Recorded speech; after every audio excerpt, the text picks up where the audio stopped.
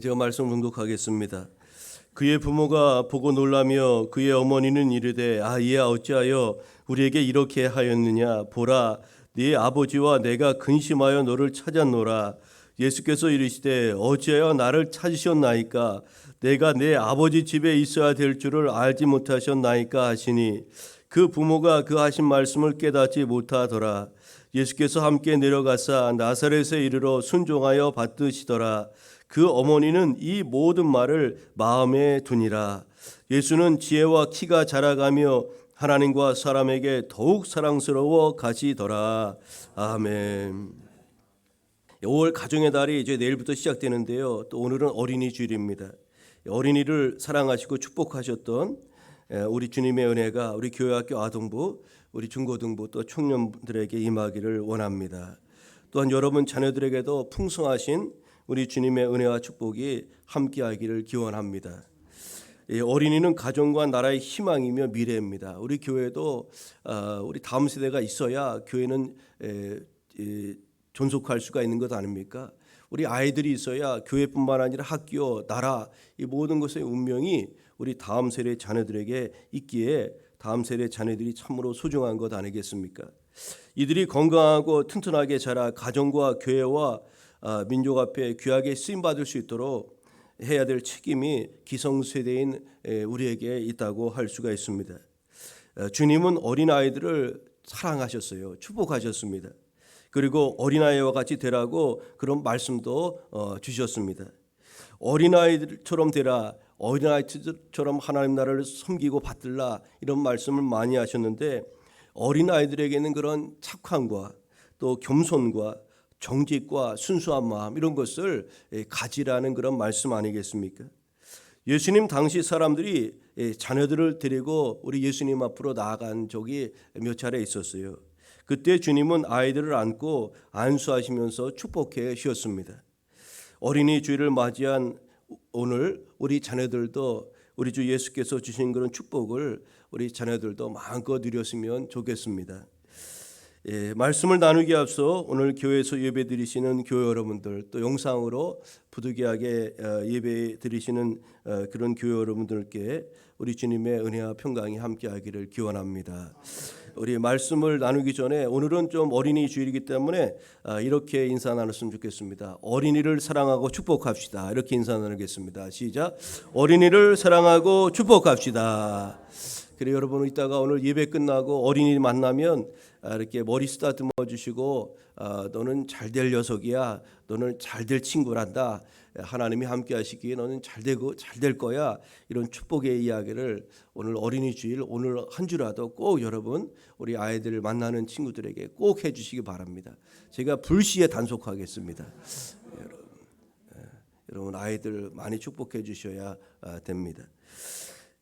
오늘 우리가 읽은 이제 누가복음 이제 2장 이제 48절부터 읽었는데 사실은 이제 40절부터 52절까지가 이제 하나의 패러그래프라고 볼 수가 있고요. 이 40절부터 시작되는 이 말씀은 예수님의 유년기 어린 시절을 다루고 있는 성경의 유일한 말씀입니다. 신구약 66권 중에 예수님의 그 어린 시절 12살 무렵쯤에 대해서 기록하고 있는 말씀이 오늘 누가복음 2장 이 부분만 유일하게 되어 있어요. 예수님의 유년기를 소개한 이유는 예수님이 보통의 아이들처럼 성장 과정을 거친 완전한 인간으로 우리 가운데 오신 성육신하신 분이라는 것을 우리에게 말씀하고자 하는 것입니다. 예수님이 12살 되던 해에 유대인의 3대 절기인 유월절, 오순절, 장막절이 3대 절기인데 그 중에서 유월절을 맞이하여 그의 부모님과 함께 예루살렘 성전을 방문했다가 나사렛 고향으로 이제 돌아오는 중에 부모와 헤어지게 됩니다. 오늘 우리가 읽은 본문의 사건의 내용들이 그와 같습니다. 부모는 하룻길을 가는 동안 예수님과 헤어진 것을 알지 못하였고 사흘 후에 부모는 다시 예루살렘으로 돌아가 성전에서 예수님을 만나게 되죠. 오늘 본문은 예수님이 완전한 인간으로 나셨지만 어린 시절부터 하나님이 주신 그런 신적인 능력과 또 메시아로서의 그런 영적인 자각도 하셨음을 알 수가 있습니다. 결국 우리가 읽은 이 본문은 예수님이 신성과 인성을 모두 가지신 그런 하나님 되심을 우리에게 증거하는 것이라고 알 수가 있습니다. 오늘 예수님의 어린 시절의 모습을 담고 소개하고 있는 오늘 본문의 말씀을 통해서 우리는 바른 믿음의 길을 걸어가야 될 뿐만 아니라 어린이 주일을 맞이한 우리 자녀들에게 주님의 모습을 따라갈 수 있도록 그들을 안내하고 또 양육해야 될 그런 책임이 오늘 우리 부모된 우리에게 있기에 오늘 말씀을 중심으로 그런 은혜를 좀 나누고자 합니다. 첫째로 오늘 본문을 통해서 우리가 함께 누려야 될 은혜가 무엇이냐면 영육이 강건하고 우리가 주님 은혜의 보좌 앞에 나아가야 한다는 거죠. 여러분, 예수님의 성장 과정을 한마디로 정리한 말씀인데 그것이 바로 40절입니다. 40절 오늘 우리가 읽진 않았지만 40절은 이렇게 말씀하죠. 아기가 자라며 강하여지고 지혜가 충만하며 하나님의 은혜가 그의 위에 있더라. 여기 한 절이 말씀 속에 예수님의 성장 과정이 다 담겨 있는 것 아닙니까? 아이가 자라며 강하여지고 지혜가 충만하며 하나님의 은혜가 그의 위에 있더라.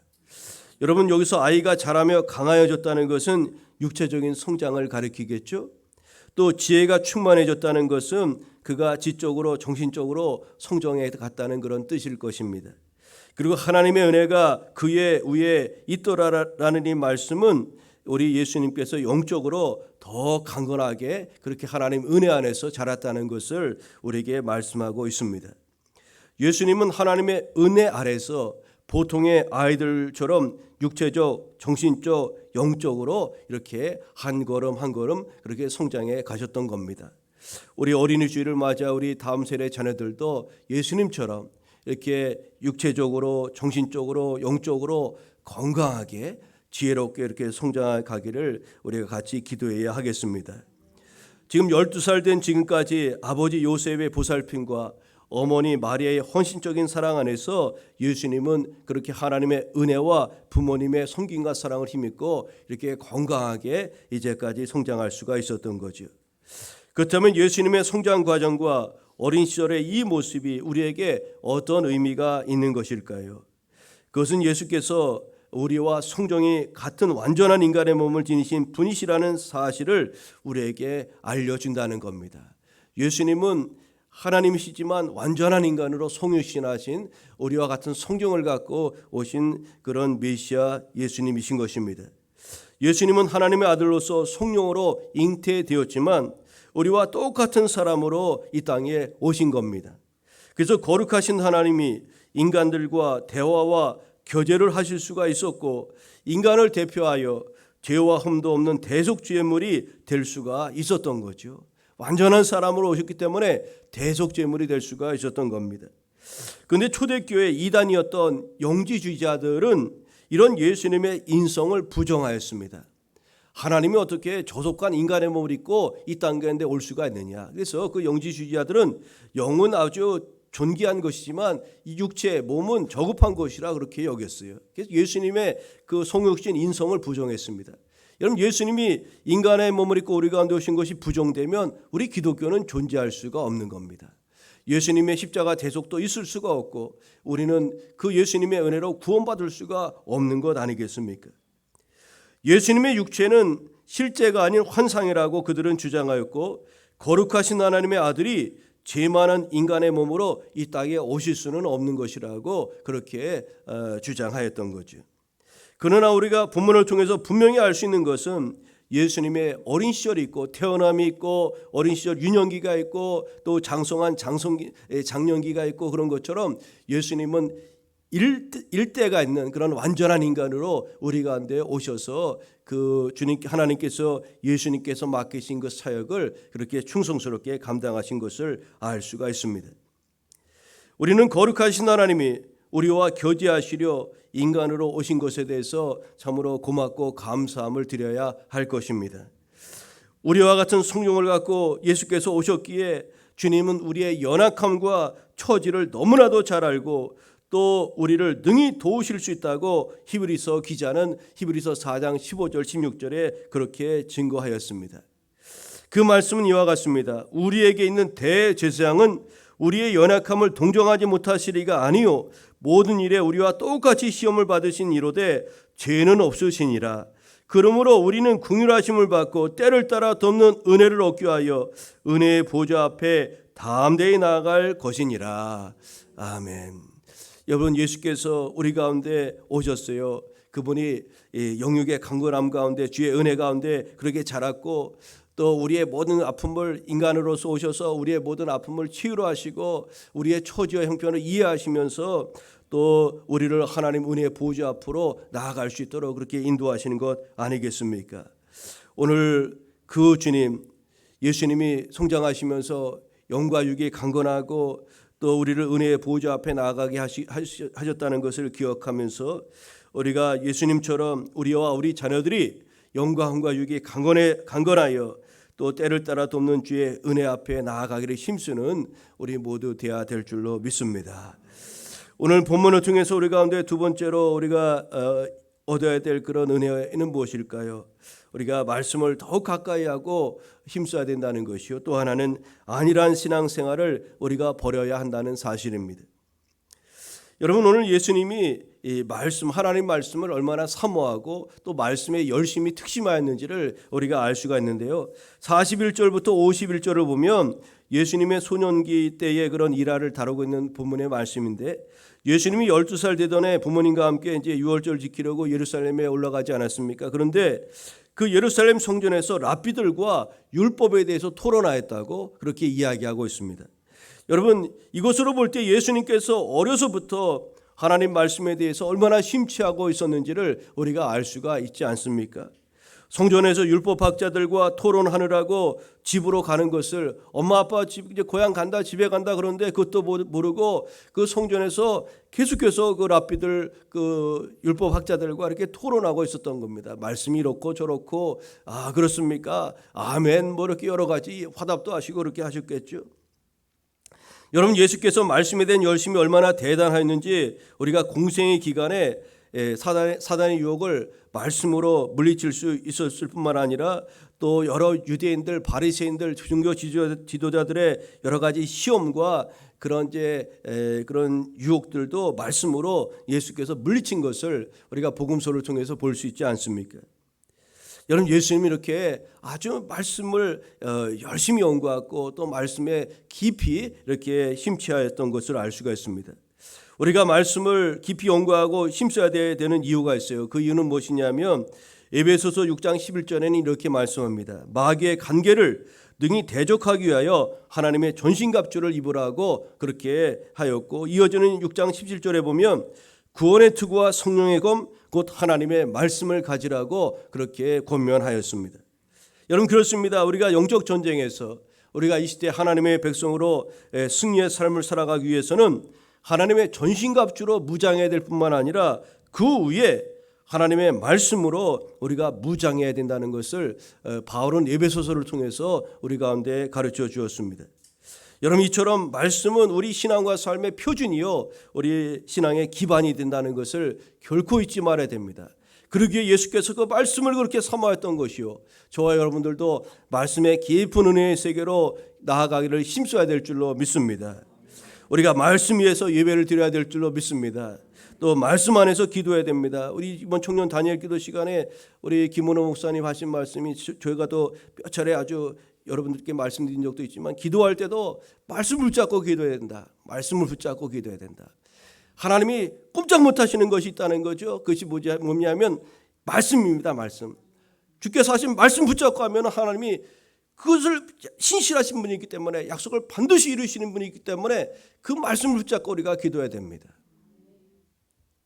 여러분, 그래서 우리가 말씀 위에 예배 드려야 되고 말씀 안에서 기도해야 되고 사단의 시험과 유혹도 말씀으로 이길 수 있는 것 아니겠습니까? 우리가 예수님처럼 말씀을 사모하고 배우는 일에 더 열심을 내야 한다는 것을 우리가 오늘 보면 예수님의 어린 시절 생애의 삶을 통해서 알 수가 있어요. 또 하나는 우리가 안일한 신앙생활을 버려야 된다는 것을 본문을 통해서 깨달을 수가 있는데요. 오늘 본문 43절과 44절을 보면은요, 이제 예수님의 어머니 요셉과 마리아 그의 부모님이 유월절을 지키러 예루살렘에 갔다가 돌아오는 길에 예수님을 잃어버린 사실에 대한 내용이 43절, 44절에 소개되고 있습니다. 근데 그때 44절에 보면은 그 부모들은 이렇게 생각했다는 거예요. 그들이 동행 중에 있는 줄로 생각하였다고 그렇게 성경은 증언하고 있어요. 그들은 예수님의 행적을 하루 동안 알지 못하였어요. 그 아들이 잃어버려서 하루 동안 어디 갔는지 모르는데 부모님이 그것을 인식하지 못했다는 겁니다. 그 이유가 왜 그러냐면은 당시 유월절에 전국에서 흩어진 유대인들이 다 모였기 때문에 너무나 많은 인파가 있었던 겁니다. 그래서 우리 가끔 그 이슬람교에서 사람들 모였다가 이제 수천 명이 죽기도 하고 그러잖아요. 압사당하고 그러는데 그런 일들이 정말로 있었던 겁니다. 당시 유월절 행사에는 수많은 인파가 몰렸던 까닭에 귀향길에 오를 때는 보통 어떻게 움직였냐면 고향 단위로 무리를 지어서 이제 이동하였다고 합니다. 그러니까 이 나사렛 사람들은 야 나사렛 사람들 모여라 해가 그 사람들이 이제 우리 집에 가자 해서 같이 이렇게 어우러져서 갔다는 거죠. 보통 여자와 아이들을 행렬의 앞쪽에 세우고 남자들은 뒤쪽에 서서 이렇게 이동을 하였는데 요셉과 마리아는 예수님이 고향 사람들과 함께 행렬하는 그 사이에 있는 것으로 그렇게 안일하게 그렇게 생각하였던 거죠. 중간에 우리 아들 어딨나 잘 가고 있나 살피지 않고 그냥 의뢰 잘 오겠지 그렇게 안일하게 여겼다는 거죠. 여기서 우리는 한 가지 아주 중요한 교훈을 얻을 수가 있어요. 우리가 안일하게 당연하게 신앙생활하게 되면 우리 삶 속에서 주님을 잃어버릴 수도 있다는 사실입니다. 여러분 요셉과 마리아는 안일하게 예수님이 앞에 가거나 뒤따라 오는 것으로 그렇게 아주 간단하게 그것을 여겼다는 사실입니다. 여러분 코로나 이후 제일 염려해야 될 신앙의 요소가 무엇일까요? 여러분 코로나 이후에 우리가 작년에 이제 코로나 해제되고 다시 예배가 회복되면서 교인들이 아주 예배를 열심히 드렸어요. 근데 올해 4월 달 되면서 꽃이 피면서 우리 마음이 자꾸 나태해지고 아주 세상적으로 이렇게 자꾸 나아가는 그런 경향이 있지 않나 싶습니다. 우리 교회도 이렇게 교인들이 주일 예배드리는 인원수도 줄어들고 제가 그래서 우리 교회만 그러나 싶어서 다른 데에 저랑 친한 그런 목사님들 교회에도 전화를 해봤어요. 목사님 어떻습니까? 그랬더니 교회가 부활절에는 많이 모였는데 계속해서 주일날마다 이렇게 성도들이 빠진다는 겁니다. 꼭 구경 가냐고. 그동안 해외 못 간 거 이제 가야 된다고 하면서 여기저기 가고 계속해서 우리가 한동안 예배에 대한 사모함 코로나 때 정신 차리자 우리가 예배를 집중해서 드리자 그런 마음이 있었는데 그것이 자꾸 이제 흐트러지는 것 같아서 그런 마음이 아주 저희를 아주 경계하게 만듭니다. 우리 교인들 이렇게 돼서는 안 되는데 그런 마음이 제 마음속 한켠에 자리 잡고 있어요. 여러분 우리가 경계해야 될 그런 신앙의 요소는 바로 안일한 신앙생활입니다. 우리도 안일한 태도로 신앙생활을 하고 있는지 우리 자신을 냉정하게 한번 살펴보아야 하겠습니다. 기도 생활이나 직분 감당을 안일하게 하고 예배를 안일하게 드리면서 우리 주님이 내 곁에 나와 동행하고 계시다고 우리가 그렇게 생각하고 있지는 않은지 여러분 한번 생각해 보아야 한다는 말씀이에요. 안일한 신앙생활은 그것으로 끝나는 것이 아닙니다. 태만과 게으름으로 발전되게 되고요. 더 나아가 세상의 유혹과 사단의 시험에 자기도 모르게 그렇게 빠지고 마는 것입니다. 여러분 예수님을 내 생각과 마음으로부터 잃어버리지 않도록 우리가 경계하고 주의해야 될 줄로 믿습니다.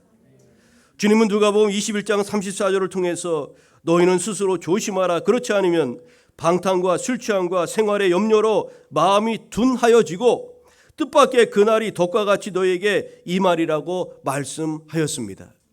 우리가 하나님 깨어있지 않고 정신 차리지 않으면 우리 마음과 생각이 둔해져진다고 말씀하고 있는 겁니다.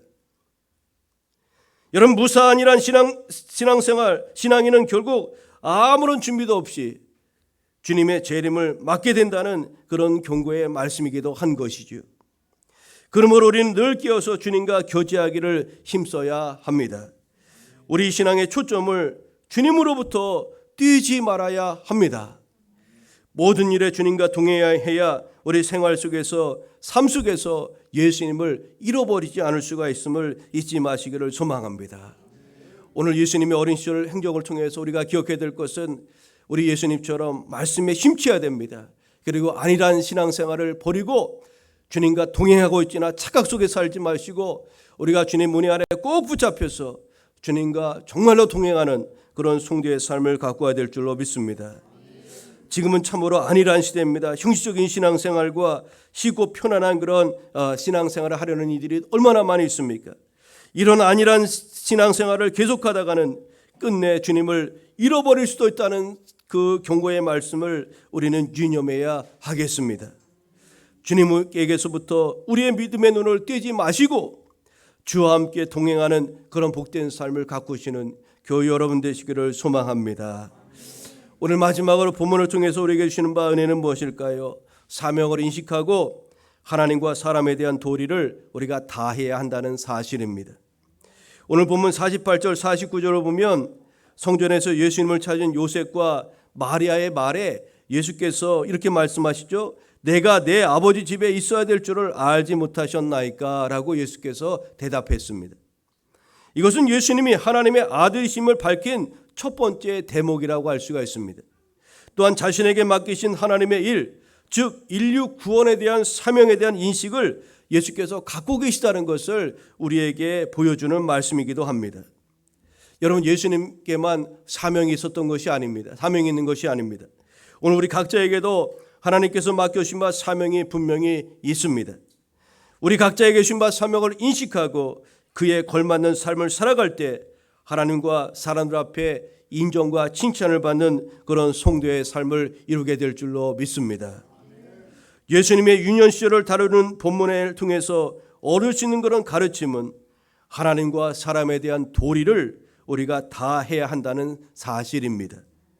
본문 마지막 절인 52절에 이렇게 말씀하죠. 예수는 지혜와 키가 자라가며 하나님과 사람에게 더욱 사랑스러워 가시더라고 말씀하였습니다. 예수님은 성장하시면서 키와 인격이 자라면서 하나님과 사람에 대한 도리를 다함으로써 하나님과 사람들로부터 더욱 사랑을 받으셨다는 너무나 귀한 말씀 아닙니까? 특별히 우리 주님께서 하나님과 사람 앞에 할 도리를 다했다고 말씀하는데 그 도리 중에 가장 대표적인 도리는 무엇이냐면 순종의 도리입니다. 부모님을 순종하였고 하나님 아버지 말씀에 순종하는 삶을 예수께서 사셨다는 거죠. 51절을 보면 예수께서 함께 내려가사 나사렛에 이르러 순종하여 받으시더라라고 말씀하고 있습니다. 즉 부모에 대한 자식으로서의 도리를 예수께서 다 하셨다는 말씀입니다. 장남으로서 아버지 요셉을 도와 목수일을 하며 가족을 부양하였을 것입니다. 부모 말씀에 순종하시면서 인간으로서의 도리를 예수께서 힘쓰셨다는 사실입니다. 물론 육신의 부모에게 순종하셨던 것처럼 성자 하나님으로서 성부 하나님께 철저한 복종으로 하나님에 대한 도리도 예수께서 다 하셨음을 우리는 성경을 통해서 알 수가 있습니다. 빌립보서 2장에 이렇게 말씀합니다. 사람의 모양으로 나타나사 자기를 낮추시고 죽기까지 복종하셨으니 그 십자가에 죽으심이라. 여러분, 이 땅의 많은 그리스도인들이 세상에 주님의 빛을 드러내지 못하는 이유 중에 하나는 하나님의 자녀와 백성으로서의 하나님에 대한 도리와 인간으로서의 도리를 우리가 다 하지 못하기 때문입니다. 신앙은 좋은데 교회 생활은 잘하는데 사람들로부터 악평을 듣는 사람들이 참으로 많이 있습니다. 인간의 도리를 다 하지 못하기 때문 아니겠습니까? 하나님에 대한 도리를 다한다고 하면서 정작 가족 구성원으로서의 그 의무와 책임을 소홀히 할 때도 우리는 너무나 많이 있습니다. 교회에 충성한다고 하면서 부모에게 또 배우자나 자녀에 대한 의무를 우리는 소홀히 하는 경우가 많이 있다는 사실입니다. 우리는 분명히 알아야 됩니다. 하나님에 대한 도리와 사람에 대한 도리가 다르지 않다는 것을 우리는 잊지 말아야 합니다. 눈에 보이는 부모를 공경하지 않고 눈에 보이는 사람에 대한 도리를 다하지 않고 어떻게 눈에 보이지 않는 하나님을 공경하며 그분께 대한 의무를 우리가 다할 수 있겠습니까? 그래서 사도 요한은 요한일서 4장 20절을 통해서 이렇게 증언하였습니다. 누구든지 하나님을 사랑하노라 하고 그 형제를 미워하면 이는 거짓말하는 자니 보는 바 그 형제를 사랑하지 아니하는 자는 보지 못하는 바 하나님을 사랑할 수 없느니라. 우리 주 예수님께서 하나님과 사람들에게 더욱 사랑스러워질 수 있었던 이유는 하나님과 사람에 대한 도리를 예수께서 다 감당하셨기 때문입니다. 우리는 하나님에 대한 도리와 사람에 대한 도리를 다 하는 그런 이 시대의 그리스도인들이 되어야 될 줄로 믿습니다. 물론 그렇게 하려면 얼마나 힘들겠습니까? 그렇게 하려면 우리는 세상 사람들보다 몇 갑절 더 배나 수고를 해야 될지도 모릅니다.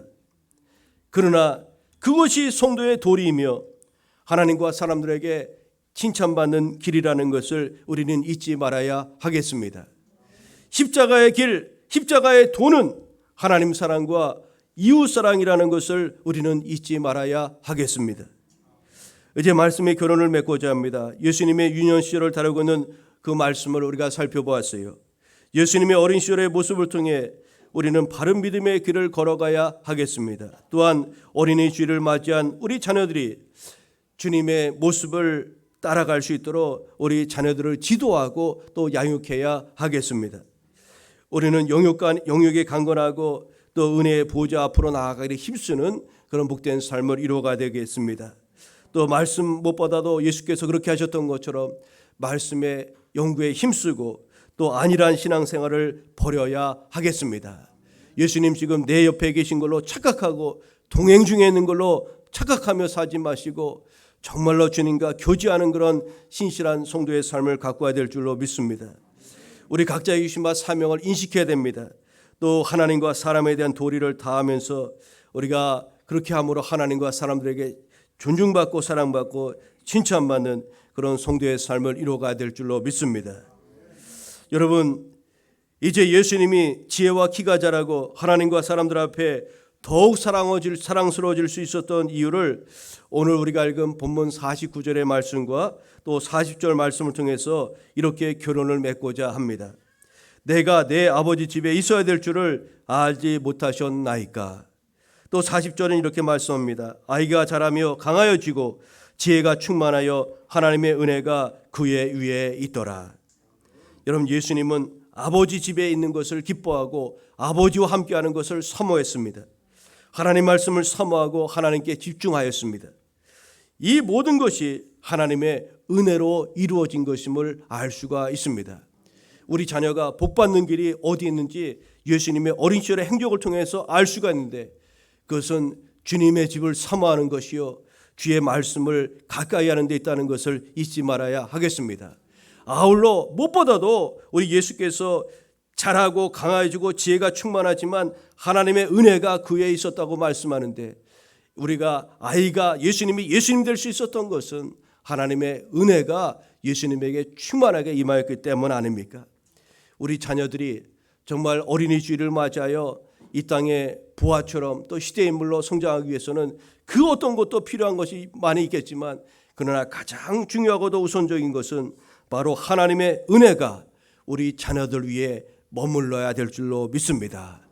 그런 은혜가 머무를 수 있도록 우리가 자녀들을 위해서 기도하고 또 하나님의 사랑과 은혜가 풍성할 수 있도록 또 기도하고 또 섬기며 나아가는 이 일들을 우리가 이 시대에 감당해야 될 줄로 믿습니다.